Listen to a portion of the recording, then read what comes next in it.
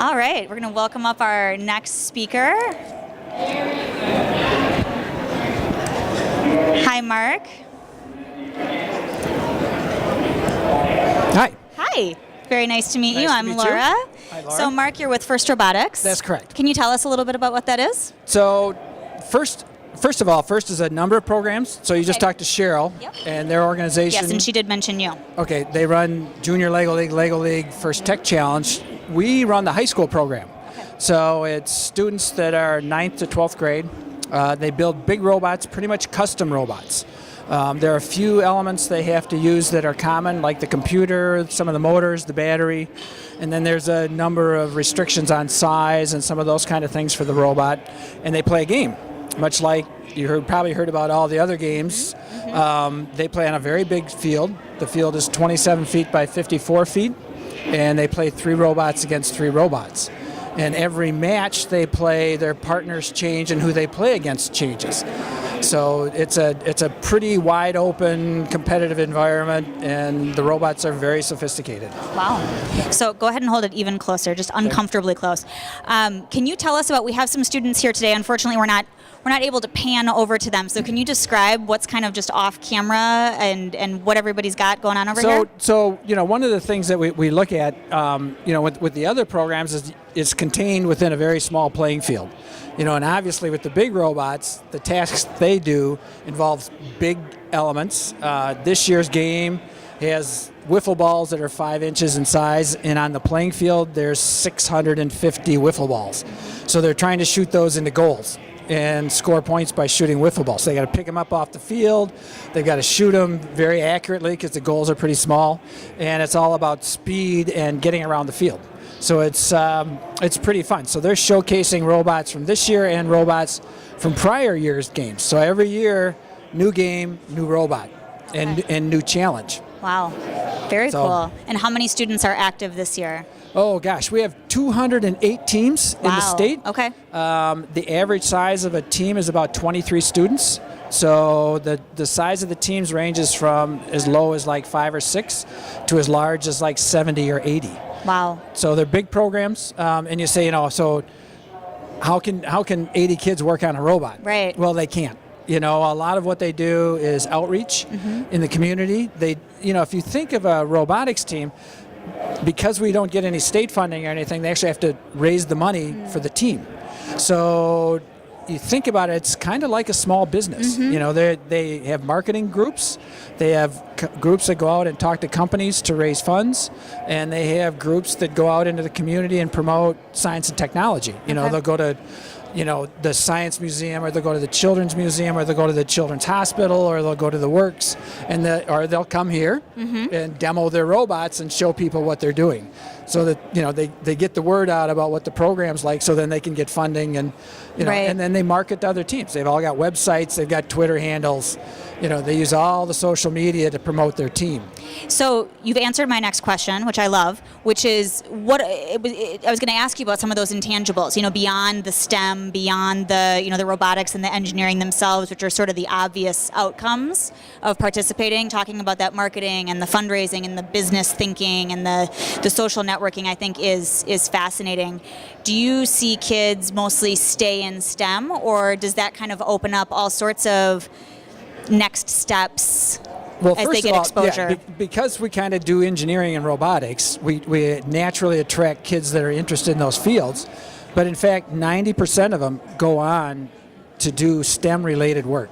Now, that might be a doctor, or it could be a hardcore engineering person, or somebody going into chemistry or material science, some of those other ancillary fields. But 90% of them go on to pursue those kinds of careers and opportunities in colleges and that kind of thing. So we got if we can get the kids into the program, we've got a very high hit rate of graduating them into those other science and technology fields. So it's been very, very successful at that. And then the soft skills they get, things like project planning. That in our program, they only get 6 weeks to build a robot. So they find out what the game is at the beginning of January, in the middle of February, they're done. And then they go on to competition in March, April, and May. So, to build something very sophisticated in 6 weeks takes a lot of project planning. they have to do presentations. If they're in talking to a corporate executive asking for money, they've got to have a business plan. They've got to have a sales pitch. They got to be able to articulate the benefits of the program to the executives. Why should I give you money? Well, tell me why I should give you money. That kind of thing. So, they learn way more than just the engineering skills in the program. And teamwork. Right. Not to be discounted in our current times. Yeah, each team is divided up into smaller subsets. Somebody works on electronics, somebody works on the drive mechanism to get the robot around the field, somebody works on, in this year's case, shooting wiffle balls. So they all have to kind of, make that happen, and they got to make it all happen within 6 weeks. So it's quite an exercise in cooperating.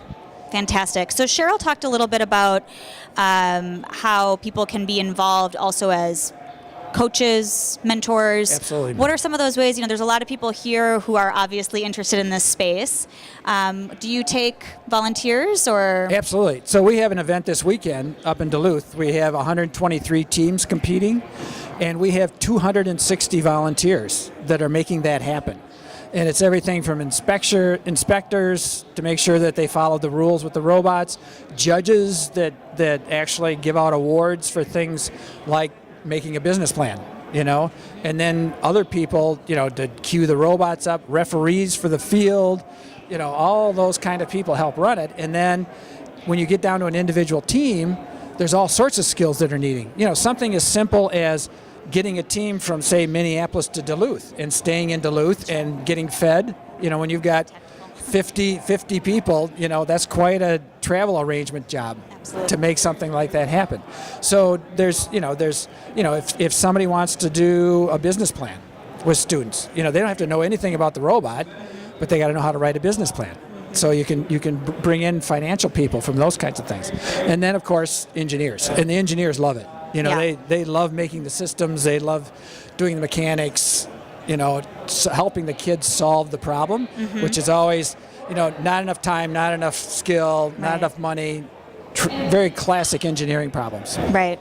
Fantastic. So. Well, that is very exciting. As we wrap up today, as you may know, this is part of our virtual policy forum. So we're really trying to connect the exciting new frontiers of robotics and engineering and technology with the practical constraints that we live in when we think about the policies that govern these sorts of technologies in our lives.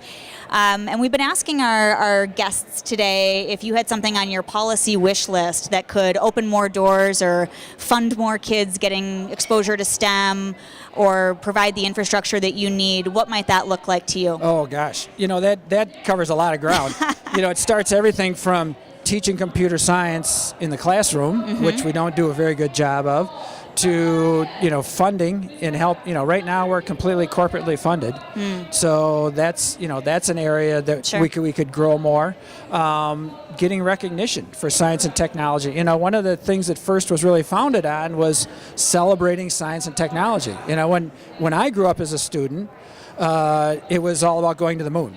And it was beating the Russians and getting to the moon and getting into space, and that motivated a lot of people. And we're not applying that same kind of motivation to students today to solve the problems that we have around solar, climate change, wind generation, nuclear kinds kinds of things. You know, all those are engineering problems that we as a society, food. How are we going to grow enough food and not pollute all the waters? Yeah, those nanotechnology those are all engineering growing problems. Absolutely. Yeah. Wonderful. Well, thank you. It's been a real pleasure. I'm excited that we could learn more about FIRST and the great things that you're doing. Thanks for the opportunity. We really appreciate it. Enjoy the rest of the conference. I will. Thank you.